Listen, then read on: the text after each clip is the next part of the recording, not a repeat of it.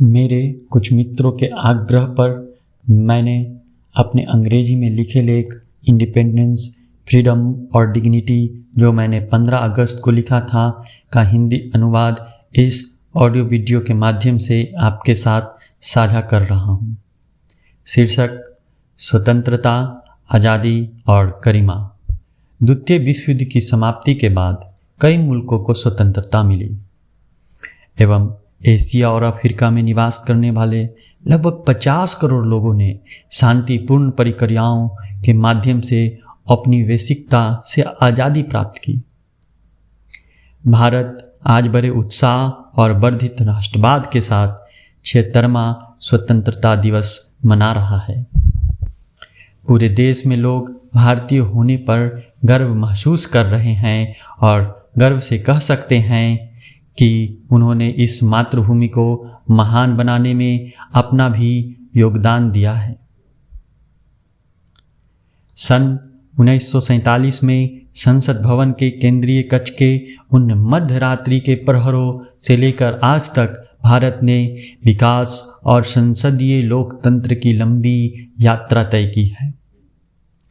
दुनिया में जनतंत्र की जननी के रूप में मशहूर भारत के सांस्कृतिक मूल्य गहरे हैं, जो विदेशी आक्रमणकारियों और औपनिवेशिक शासनों के बावजूद भी नहीं मिटाए जा सके। और वास्तव में यह अपनी शुरुआत से वर्तमान स्थिति तक और गहरी हुई है।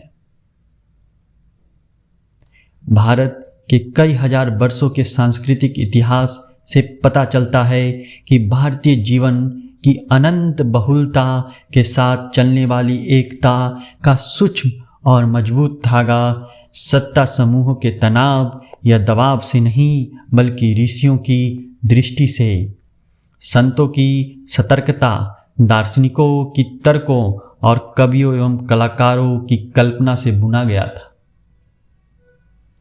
और यही एकमात्र साधन है जिनका उपयोग कर इस राष्ट्रीय एकता को व्यापक, मजबूत और अधिक अस्थायी बनाने के लिए उपयोग किया जा सकता है।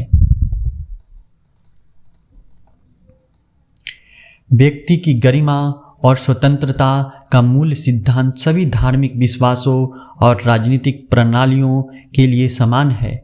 मार्क्स ने ईश्वर को नकार दिया क्योंकि वह मनुष्य की संभावित दिव्यता में विश्वास करता था। जैन विचारकों का मानना है कि मनुष्य देवत्व प्राप्त कर सकता है और यह कि ईश्वर मनुष्य की आत्मा में छिपी हुई सभी शक्तियों का सर्वोच्च, श्रेष्ठ और पूर्ण रूप है। महाभारत के एक श्लोक में जो कहता है कि पृथ्वी पर मनुष्य से बढ़कर कोई नहीं है, पास्कल का कहना है कि मनुष्य एक सोच वाली नस्ल है जो इस ब्रह्मांड की सभी अचिंत्य शक्तियों से श्रेष्ठ है। मनुष्य विषय है, वस्तु नहीं। यदि यह व्यक्ति परखता उसे आंतरिकता और स्वतंत्रता देती है, यदि मनुष्य अपने आप को वस्तुपारिकता में खो देता है, तो वह दिनचर्या, कठोरता और नासमझी में खो जाता है। लोकतंत्र के लिए हमें मनुष्य की स्वतंत्रता, उसकी भावना का सम्मान और विकास करने की आवश्यकता है, जो मानव इतिहास में सभी प्रगति के लिए जिम्मेवार हैं।